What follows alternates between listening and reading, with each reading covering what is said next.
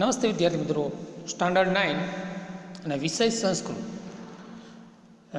આપણા સંસ્કૃત વિષયમાં અમુક ચેપ્ટરો કાઢી નાખ્યા છે, બરાબર. એ તમને વોટ્સઅપ પર મોકલેલું જ છે. એ રીતે ચોથા નંબરનું ચેપ્ટર આપણે નીકળી ગયું છે, 5મા નંબરનું ચેપ્ટર આપણે અભ્યાસમાં છે, 6ઠા નંબરનું નીકળી ગયું છે, 7મા નંબરનું છે, બરાબર. તો આ 5મા નંબરનું ચેપ્ટર જે છે તમે જોઈ શકો છો તમારી મોબાઈલની સ્ક્રીન ઉપર. તો સુભાષિત વૈભવ, બરાબર, એટલે કે સુભાષિતોની સમૃદ્ધિ, બરાબર. તો આપણે આ પદ્ય છે, આ પદ્ય છે. અમુક ગદ્ય હોય છે. સંસ્કૃત સાહિત્યમાં 3 પ્રકારના સાહિત્ય છે. એક તો કાવ્ય એટલે કે મહાકાવ્ય અને મુક્તક. મહાકાવ્ય મોટું હોય અને મુક્તક નાનું હોય, નાનું કાવ્ય, બરાબર. કારણ કે રામાયણ મહાભારત એ મહાકાવ્યો છે, બરાબર. આ નાના કાવ્યો છે એને મુક્તક તરીકે ઓળખાય. પછી બીજું ગદ્ય, ગદ્ય એટલે ગદ્યના પાઠો, બરાબર. અને બીજું જ આવે છે એ નાટ્ય, નાટક સ્વરૂપે.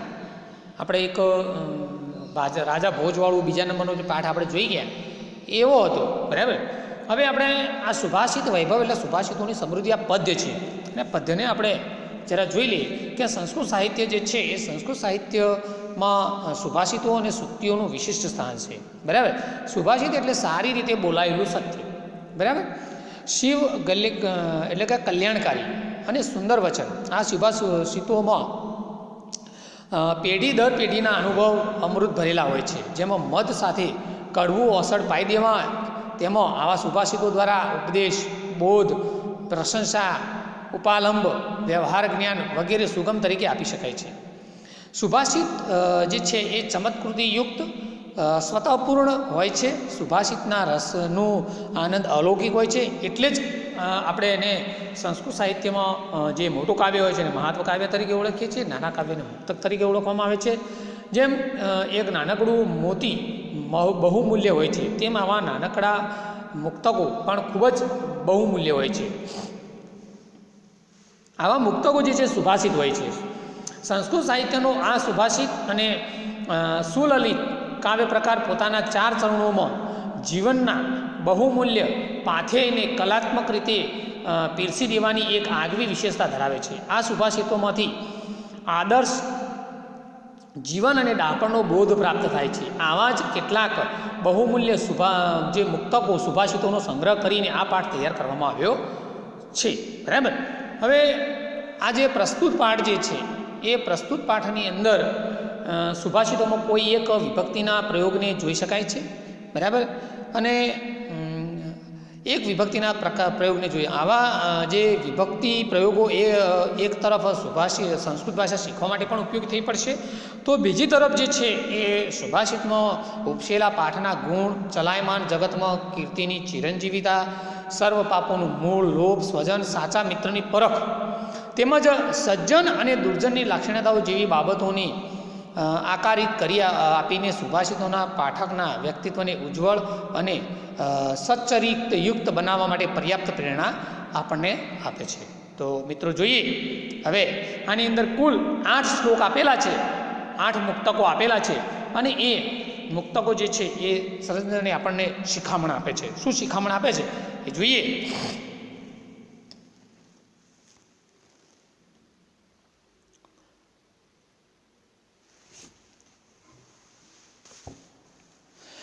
માધુર્યમ અક્ષર વ્યક્તિ પદછેદસ્તુ સુસ્વર ધૈર્યમ લય સમર્થ ચ શેડતે પાઠકા ગુણા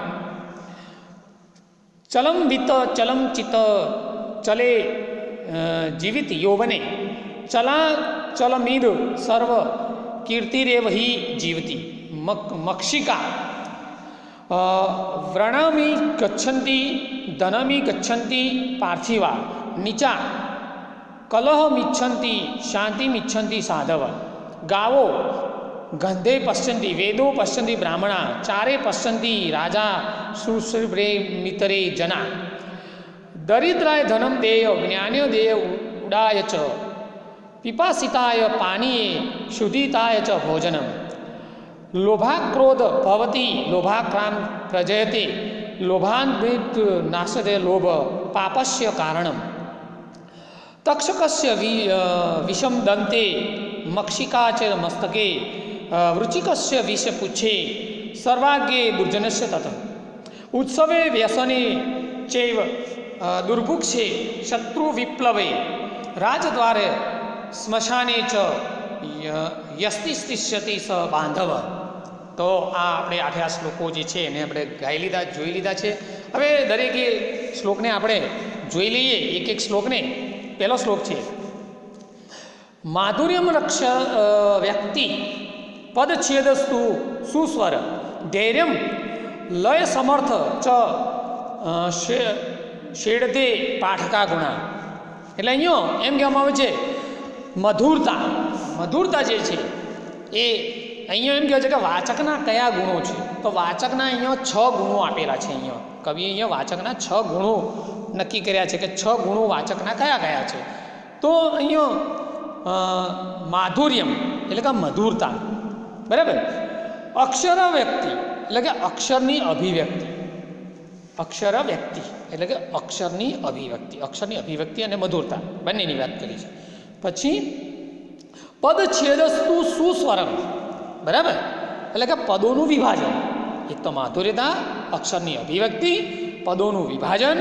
પછી સુસ્વર, સારો સ્વર. પછી ધૈર્યમ લય સમર્થ, ધૈર્ય એટલે કે ધૈર્ય અને લય, બરાબર. લય જે છે એ ચ શેડતે પાઠકા ગુણા. આ 6 વાચકના ગુણો છે. તો કયા ગુણો છે? મધુરતા, અક્ષરની અભિવ્યક્તિ, પદોનું વિભાજન, સારો અવાજ, ધૈર્ય અને લય. આ 6 વાચકના ગુણો છે, બરાબર. હવે બીજો શ્લોક જોઈએ. ચલમ વિતમ ચલમ ચિતમ ચલે જીવત યૌવને ચલા ચલમિદ સર્વ કીર્તિરેવ હિ જીવતી. શું કહે છે? અહીંયા ધનની વાત કરી છે કે બધું ચંચળ છે.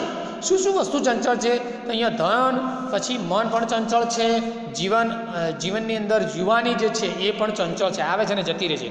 અને આ બધું આવતું જતું રહે છે. પરંતુ કીર્તિ જે છે, આપણી જે કીર્તિ છે મતલબ આપણે જે સારા કાર્યો કરે છે એ હંમેશા જીવે છે. કોઈ પણ માણસના કરેલા સારા કાર્યો જે છે એ હંમેશા જીવે છે. તો જોઈએ તો કે ચલમ વિતમ ચલમ ચિતમ ચલે જીવતી યૌવન, એટલે કે ધન ચંચળ છે. બીજું મન ચંચળ છે. ધન ચંચળ છે, મન ચંચળ છે. જીવન અને જુવાની પણ ચંચળ છે. યૌવને જીવિત યૌવને એટલે કે જુવાની અને જીવન અને જુવાની ચંચળ છે, બરાબર. ચલમીદ સર્વ કીર્તિરેવ જીવતી, બધું આવજા કરનારું. ચલમીદ સર્વ એટલે કે બધું આવજા કરનારું છે, બરાબર. કીર્તિરેવ હિ જીવતી, જેની પાસે કીર્તિ છે તે જ જીવે છે, બરાબર. તો ધન ચંચળ છે, મન ચંચળ છે, જીવન અને જુવાની પણ ચંચળ છે. આ બધું આવજા કરનારું છે. જેની પાસે કીર્તિ છે તે જ જીવે છે, બરાબર. હવે ત્રીજા શ્લોકની અંદર કોણ શું ઈચ્છે છે એની વાત કરીએ. દાખલા તરીકે અહીંયા આ શ્લોકમાં એ કહેવામાં આવ્યું છે કે માખીઓ જે છે, માખીઓને જો કોઈ જગ્યાએ જખમ થયું હોય, ગુમડું થયું હોય તો એની અંદર એમને ખોરાક મળી જાય. એટલે માખીઓ એવું ઈચ્છે છે કે કોઈ જગ્યાએ કોઈને જખમ થાય તો સારું. પછી રાજાઓ જે છે વધુને વધુ ધન પ્રાપ્ત કરવાની ઈચ્છા રાખે છે, બરાબર. અને જે હલકી પ્રકારના માણસો જે છે, જે કુળ વગરના માણસો, હલકા પ્રકારના માણસો જે છે એ હંમેશા ઝઘડો ઈચ્છે. જ્યારે સજ્જનો જે છે એ હંમેશા શાંતિ ઈચ્છે છે. આવી વાત કરેલી છે. તો કે મક્ષિકા વ્રણમિચ્છાથી એટલે કે માખીઓ જખમ ઈચ્છે છે. ધનમિચ્છાથી પાર્થિવા એટલે કે રાજાઓ ધનની ઈચ્છા રાખે છે. નીચા કલમ ઈચ્છામી એટલે કે હલકા પ્રકારના માણસો, હલકા પ્રકારના લોકો ઝઘડો ઈચ્છે છે. શાંતિમ ઈચ્છામી સાધવ એટલે સજ્જનો શું ઈચ્છે છે? તો કે શાંતિ ઈચ્છે છે. તો આવી વાત કરેલી છે. આગળ હવે કોણ કેવી રીતે જુએ છે એની અહીંયા વાત કરી છે ચોથા શ્લોકની અંદર. તો કે ગાયો ગંધ વડે જુએ છે, બ્રાહ્મણો વેદો એટલે કે જ્ઞાનથી જુએ છે, બરાબર. અને રાજાઓ જે છે જાસૂસો વડે બધું જુએ છે. અને સામાન્ય માણસ આપણા જેવા જે છે એ માત્ર આપણી 2 આંખોથી જુએ છે, એની વાત કરી છે. તો અહીંયા ચોથા શ્લોકમાં ગાવો ગંધેવ પશ્યંતી વેદો પશ્યંતી બ્રાહ્મણા ચારો પશ્યંતી રાજન સુધી ભીમત્રે જના. એટલે અહીંયા એમ કહે છે કે ગાયો ગાવો ગંધેન પશ્યંતી, ગાયો ગંધ વડે જુએ છે, ઓળખે છે, બરાબર. વેદો પશ્યંતી બ્રાહ્મણા, બ્રાહ્મણો વેદો વડે જ્ઞાનથી જુએ છે, બરાબર. ચારો પશ્યંતી, રાજા શુશ્રુભ્યામિતરે, બરાબર.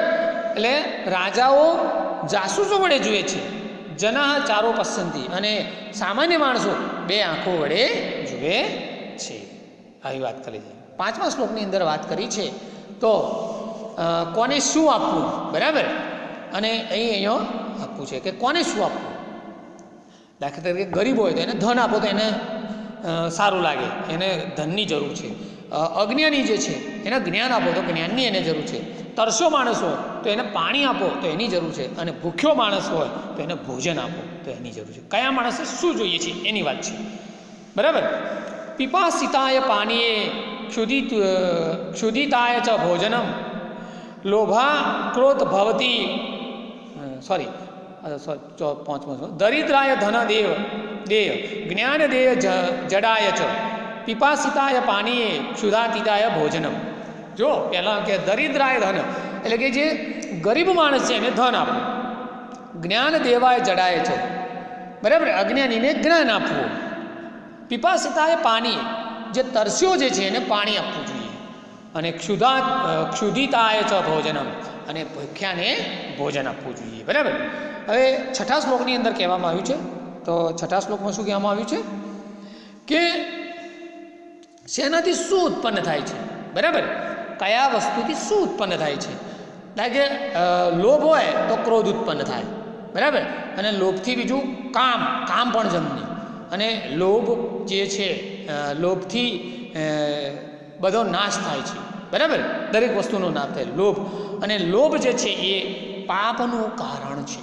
લોભ બધા જ પાપનું કારણ છે.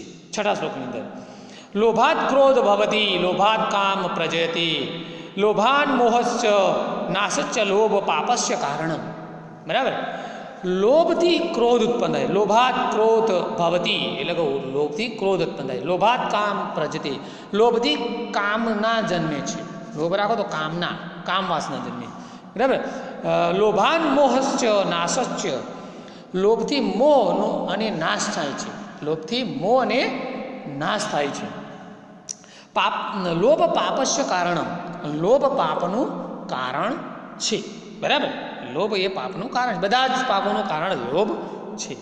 હવે 7મો શ્લોક જોઈએ. તો 7મા શ્લોકની અંદર અહીંયા એમ કહેવામાં કે કયાનું ક્યાં ઝેર હોય છે, બરાબર. કારણ કે સાપ જે છે, સાપ કાઢે છે તો સાપનું ઝેર એને દાંતમાં હોય છે. માખી જે છે, માખીનું ઝેર એના કંઠમાં હોય છે, એના માથામાં હોય છે, બરાબર. વીંછીનું ઝેર એની પૂંછડીમાં હોય છે, અને દુર્જન માણસ હોય છે તો એનું ઝેર એના સર્વત્ર અંગોમાં હોય છે. હાથ, પગ, નાક, કાન, જીભ, હોઠ, બધી જગ્યાએ એનું ઝેર પ્રસરેલું હોય છે.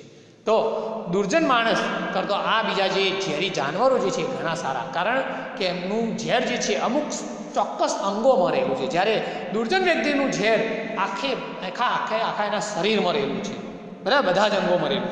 તો જોઈએ તક્ષકસ્ય વિષમ દંતે મક્ષિકાયશ્ચ મસ્તકે વૃચિકસ્ય વિષમ પૂછે સર્વાગે દુર્ધનસ્ય તત. જો પેલું કહે છે તક્ષક, એટલે તક્ષક એટલે નાક, બરાબર, સાપ.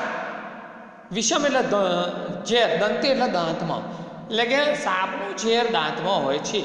મક્ષિકાય છે મસ્તકે, માખીનું ઝેર, મધમાખી હોય એનું ઝેર ક્યાં હોય છે? એના માથામાં, બરાબર, માથામાં હોય છે, મસ્તકે. વૃચિકસ્ય, વૃચિક એટલે વીંછી, વિષમ પૂછે, એટલે કે વીંછીનું ઝેર એનું પૂંછડામાં હોય છે, બરાબર. સર્વાગીય દુર્જનસ્ય તત્વ, પરંતુ તત એટલે પરંતુ, સર્વાગીય દુર્જનસ્ય, દુર્જનનું ઝેર તેના બધા જ અંગોમાં હોય છે. તક્ષકનું ઝેર દાંતમાં હોય છે, માખીનું ઝેર એના માથામાં હોય છે, વીંછીનું ઝેર એની પૂંછડીમાં હોય છે, પરંતુ દુર્જનનું ઝેર બધા જ અંગોમાં હોય છે, બરાબર. હવે છેલ્લો શ્લોક જોઈએ. તો છેલ્લા શ્લોકની અંદર કહેવામાં આવ્યું છે કે માણસોની વાત કરી છે કે ઉત્સવ વખતે બરાબર. પછી કોઈ પણ માણસ જે છે ઉત્સવ વખતે સંકટમાં, દુકાળમાં, શત્રુઓ, બરાબર, અને રાજ દરબારમાં, સ્મશાનમાં જે માણસ ઊભો હોય છે તે જ આપણો ભાઈ છે. એટલે કે ભાઈ તો કોણ ભાઈ કહેવાય એની વાત છે. ભાઈ હોય પણ ભાઈ દૂર દૂર રહેતો હોય તો એ ભાઈ કોઈ ભાઈ કહેવાય નહીં. આપણા કોઈ સંકટમાં, તકલીફમાં, બરાબર, આપણી જ્યારે તકલીફ ઊભી થાય, સુખમાં ના આવે ચાલશે પણ દુઃખમાં આવીને ઊભો રહે એ જ સાચો ભાઈ ગણવામાં આવે છે.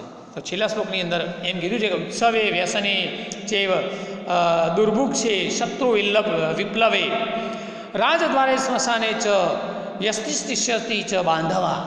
બરાબર.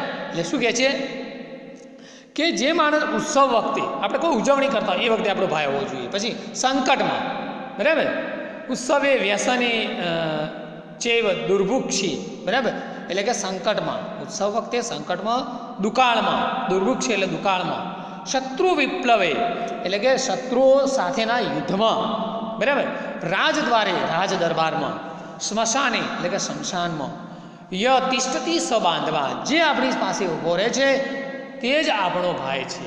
કે કોણ? ઉત્સવોમાં, સંકટ સમયમાં, દુકાળમાં, શત્રુઓ વચ્ચે, રાજ દરબારમાં અને સ્મશાનમાં જે માણસ આપણી પાસે ઊભો રહે છે એ આપણો ભાઈ છે. એટલે કે સંકટ સમયમાં, તકલીફના સમયમાં જે માણસ આપણી સાથે રહે છે એ જ આપણો ભાઈ છે, એ જ આપણો સાથીદાર કહે છે. બાકી સાગો ભાઈ હોય પણ દૂર રહેતો હોય, આપણા ક્યારેય પાસે ના આવતો હોય, ગમે તેવી પરિસ્થિતિમાં, તો એ ભાઈ કહેવાતો નથી. તો મિત્રો અહીંયા આપણે જે છે એ સુભાષિત વૈભવ અહીંયા સમાપ્ત કરીએ છીએ. એનું સ્વાધ્યાય જે આપેલું છે એ સ્વાધ્યાય મેં તમને કહ્યું એ મુજબ સ્વાધ્યાય પોથી હોય તો સ્વાધ્યાય પોથીમાં લખજો, અને સ્વાધ્યાય પોથી ના હોય તો સ્વાધ્યાય જે આપેલું છે એ બધું તમારે લખવાનું રહેશે. પેજ નંબર 19 અને 20 ઉપર આપેલું જ છે, બરાબર. 6 પ્રશ્નો આપેલા છે, 6 પ્રશ્નો લખવાના રહેશે. અને સ્વાધ્યાય પોથી હોય તો સ્વાધ્યાય પોથીમાં લખી અને પૂરું કરજો. Okay, thank you.